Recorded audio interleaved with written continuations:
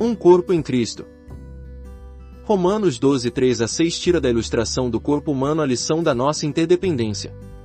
Os cristãos individuais não são o corpo, são membros do corpo, e num corpo humano, os membros não têm todos a mesma função.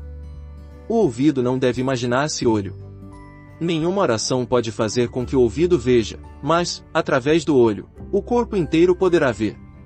Assim, figurativamente falando, talvez tenha apenas o dom de ouvir, mas posso ver através de outros que têm o dom da vista, ou, talvez posso andar, mas não possa trabalhar, de modo que recebo ajuda das mãos.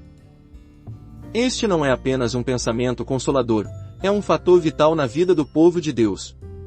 Não podemos prosseguir uns sem os outros.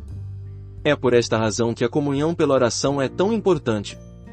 A oração em conjunto nos oferece o auxílio do corpo inteiro, como se vê em Mateus 18, 19-20. Confiar no Senhor, por si só, talvez não seja suficiente, devo reunir minha confiança à de outros irmãos. Devo aprender a orar o Pai Nosso. Na base da unidade do corpo, porque sem o auxílio do corpo não posso prevalecer e triunfar. Isto se torna ainda mais evidente na esfera do serviço. Sozinho não posso servir eficientemente ao Senhor, e Ele tudo fará para me ensinar esta verdade. Ele porá termo a certas coisas, permitindo que se fechem portas e deixando-me redobrar em vão os meus esforços, até que eu compreenda que necessito do auxílio do corpo, assim como preciso do Senhor. A vida de Cristo é a vida do corpo, e os seus dons nos são concedidos para que contribuamos à edificação do corpo. O corpo não é uma ilustração e, sim, uma realidade. A Bíblia não diz apenas que a igreja é como um corpo, diz que é o corpo de Cristo. Nós, conquanto muitos, somos um só corpo em Cristo e membros uns dos outros. Todos os membros juntos formam o corpo, porque todos participam da vida dele, como se ele mesmo fosse distribuído entre os seus membros. Encontrava-me certa vez com um grupo de crentes chineses que achavam muito difícil compreender como o corpo pode ser um quando os membros são homens e mulheres individuais e separados. Certo domingo, estava para partir o pão à mesa do Senhor, e pedi-lhes que olhassem muito bem o pão antes de este ser partido. Então, depois de o pão ter sido distribuído e comido, fiz notar que, embora estivesse dentro de cada um deles, ainda era um só pão, e não muitos. O pão estava dividido, mas Cristo não está dividido, nem sequer no sentido em que foi partido o pão. Ele continua sendo Espírito em nós, e nós todos somos um nele. Esta condição é a oposta do homem natural. Em Adão, eu tenho a vida de Adão, mas esta vida é essencialmente individual.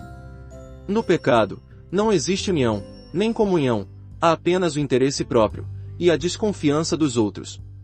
Na medida em que prossigo com o Senhor, passo a ver que não somente deve ser considerado e resolvido o problema do meu pecado e da minha força natural, como também o problema criado pela minha vida individual, a vida que é suficiente em si mesma e que não reconhece precisar do corpo e de ser unida a ele.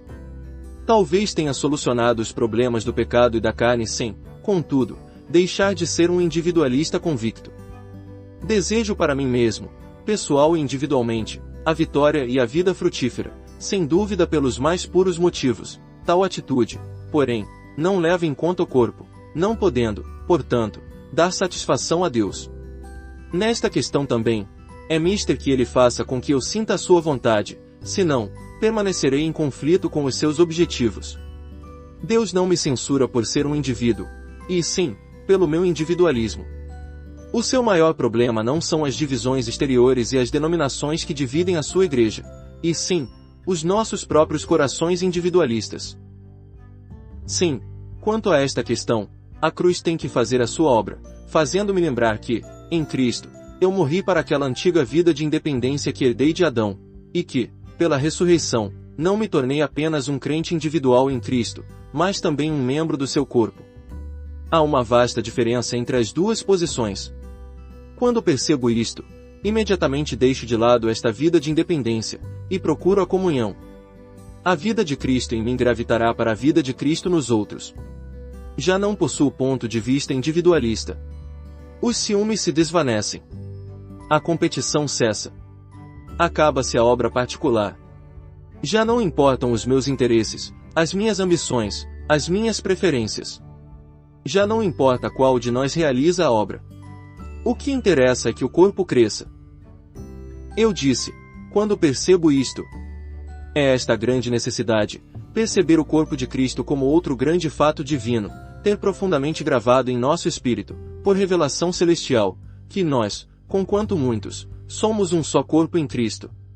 Somente o Espírito pode nos revelar isto, intimamente, em todo o seu significado, e, quando fizer, isso revolucionará a nossa vida e a nossa obra. Mais do que vencedores por meio dele. Nós só vemos a história a partir da queda. Deus a vê desde o princípio. Havia na mente de Deus um plano antes da queda, e nos tempos vindouros isso será plenamente compreendido. Deus conhecia tudo a respeito do pecado e da redenção. Todavia, no seu grande propósito para a Igreja, expresso em Gênesis 2, não a perspectiva do pecado. É como se, para falar em termos finitos, ele saltasse em pensamento por cima de toda a história da redenção e visse a Igreja na eternidade futura, tendo um ministério e uma história, futura, que está inteiramente separada do pecado e é totalmente de Deus. É o corpo de Cristo na glória, não expressando qualquer coisa do homem caído, mas somente o que é a imagem do glorificado Filho do homem. Esta é a Igreja que satisfez o coração de Deus e que alcançou o domínio. Em Efésios 5, encontramo-nos dentro da história da redenção e, contudo, pela graça, ainda temos em vista este propósito eterno de Deus de apresentar a si mesmo, Igreja gloriosa.